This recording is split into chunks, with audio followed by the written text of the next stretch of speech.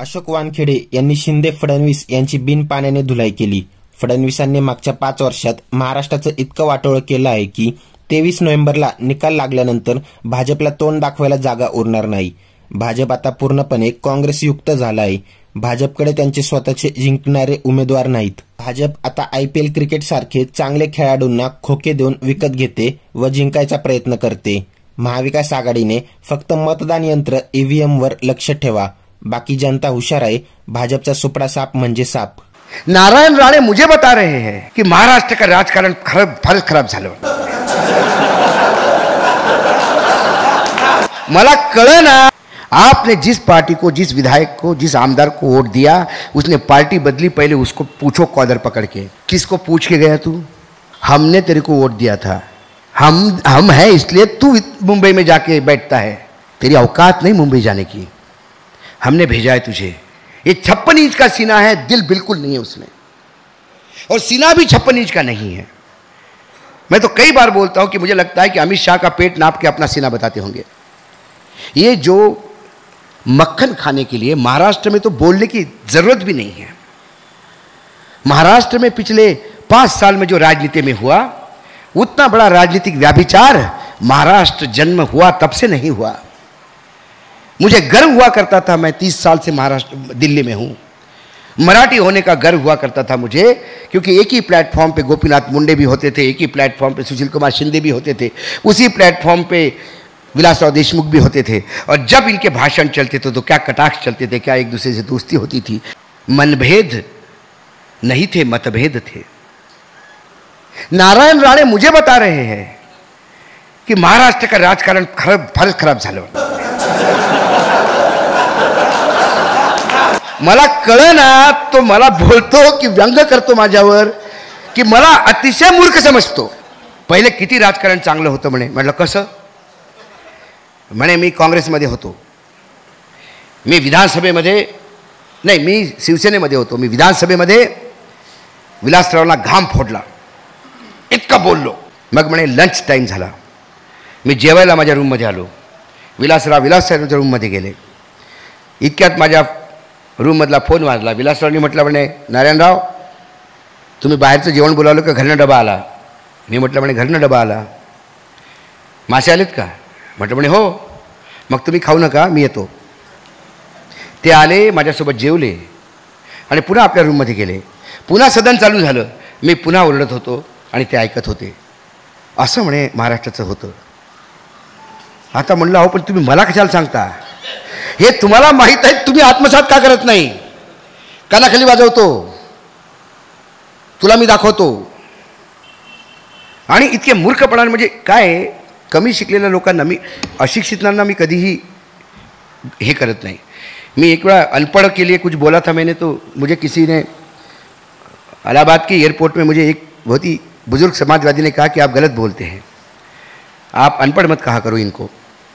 बोले हमारे देश का किसान सबसे अनपढ़ होता है, लेकिन बड़े बड़े वैज्ञानिक फेल हो जाते हैं। मेरा किसान हवा का रुख देख के बताता है बरसात होगी कि नहीं होगी, और बोले पंछियों के चलने पे वो बताता है कि क्या होने वाला है। क्या बात कर रहे हैं आप? तो मैंने बोला, अंकल आप ही बताइए। बोले इनको कुपड़ बोला करो, ये अनपढ़ नहीं है, ये कुपड़ है। थोड़े पढ़े लिखे हैं, अपने आप को ज़्यादा समझते हैं।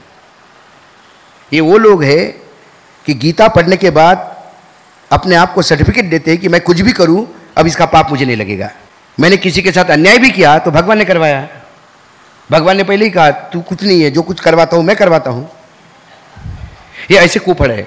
तो ये कुपड़ आदमी ये बोलता है, मतलब मैंने कहा उनको कई बार, आप कैसी बात करते हो? बोले आम्हालाही माहीत आहे आम्ही उद्धव ठाकरेंना किती खोके पोहोचवले, माझ्याकडे डायरी लिहून आहे। तो मैंने बोला डायरी दे दो, ईडी को डायरी दे दो, ये उद्धव ठाकरे को जेल करो, तुमसे खोके लिए है तो।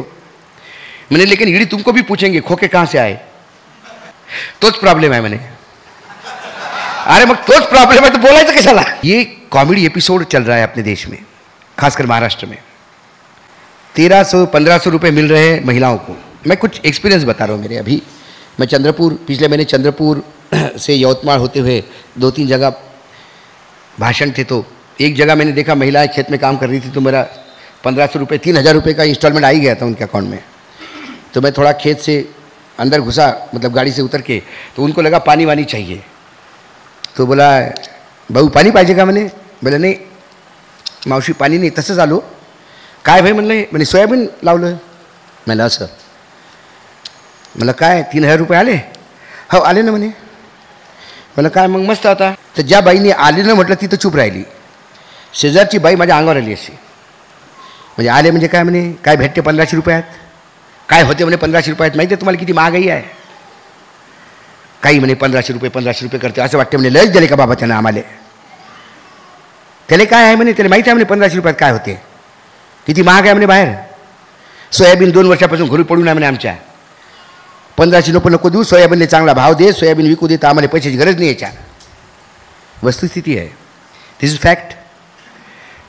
इस देश की महिला, ये जीजा माता का महाराष्ट्र है, ये झांसी की रानी जहाँ पैदा हुई वो महाराष्ट्र है, ये खुददारी का महाराष्ट्र है.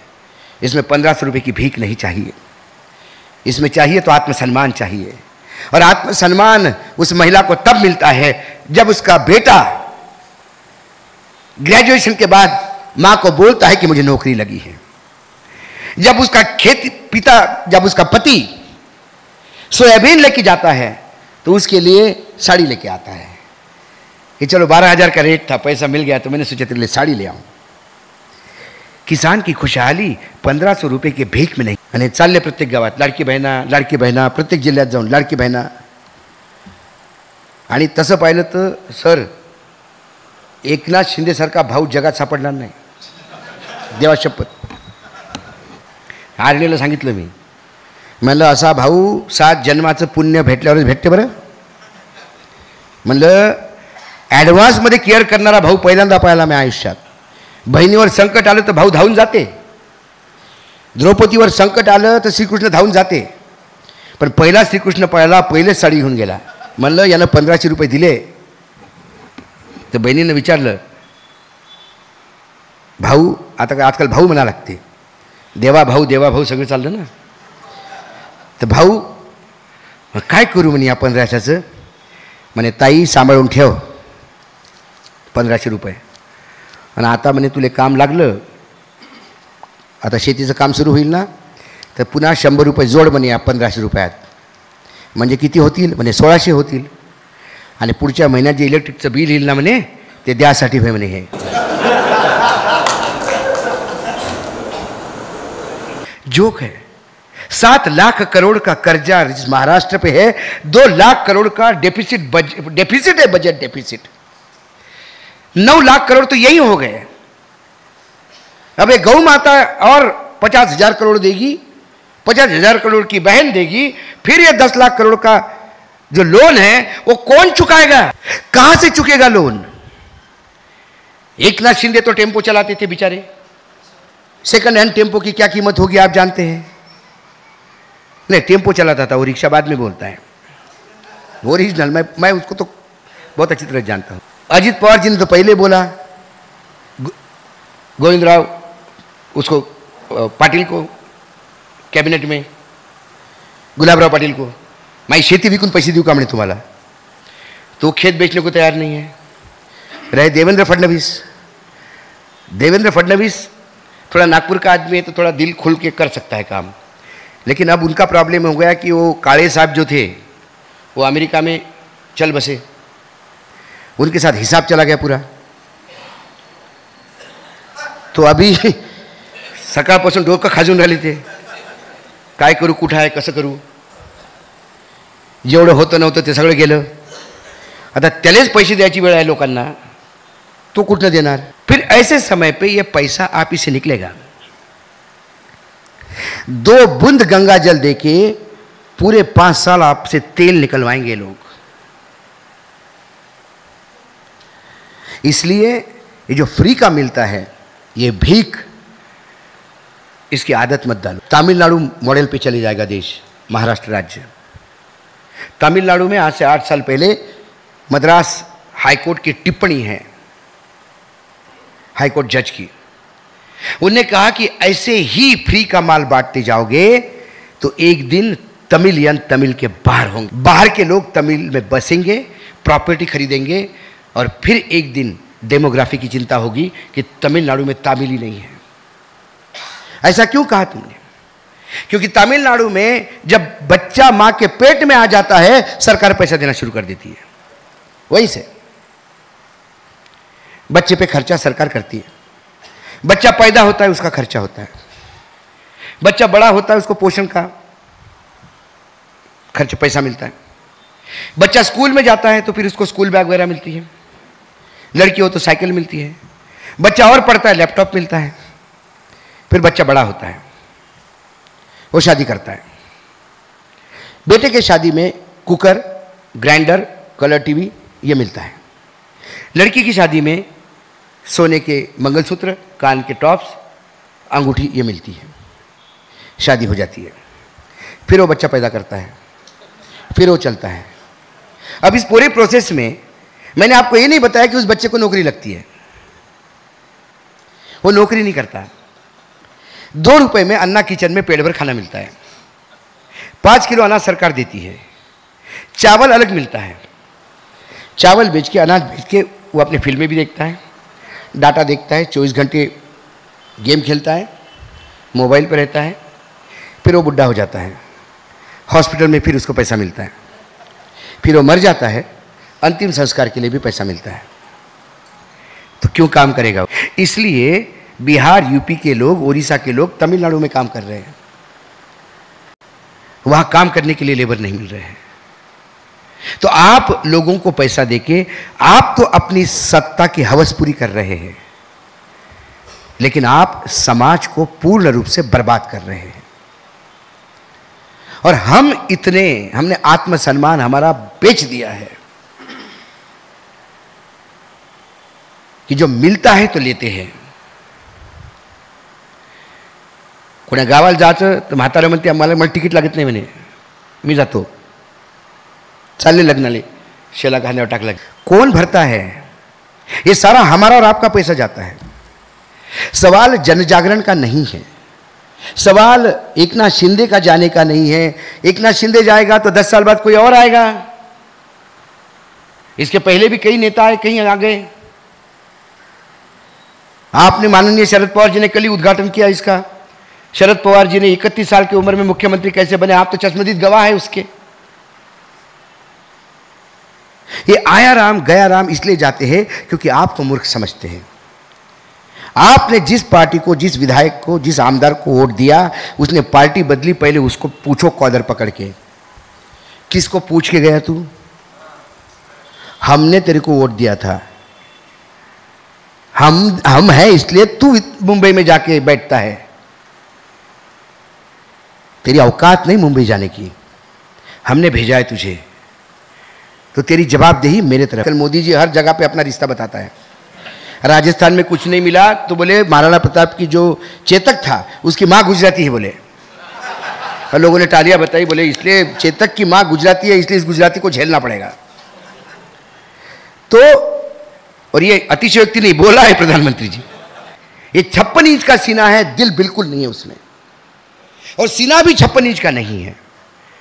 मैं तो कई बार बोलता हूं कि मुझे लगता है कि अमित शाह का पेट नाप के अपना सीना बताते होंगे, क्योंकि 56 इंच का सीने में थोड़ा तो दिल होगा, कहीं तो इतना तो होगा। जो आदमी किसानों के मरने के बाद बोलता है मेरे लिए मरे क्या? 2 साल तक किसान मरते रहे और इस आदमी के कान पे जू नहीं रहेंगी। और उत्तर प्रदेश के चुनाव आते से ही सत्ता का मोह इतना कि सत्ता हाथ में से खिसक जाएगी, इसलिए वो किसानों के सामने नतमस्तक हुए, ना कि किसानों के मांग के कारण या आंदोलन के कारण।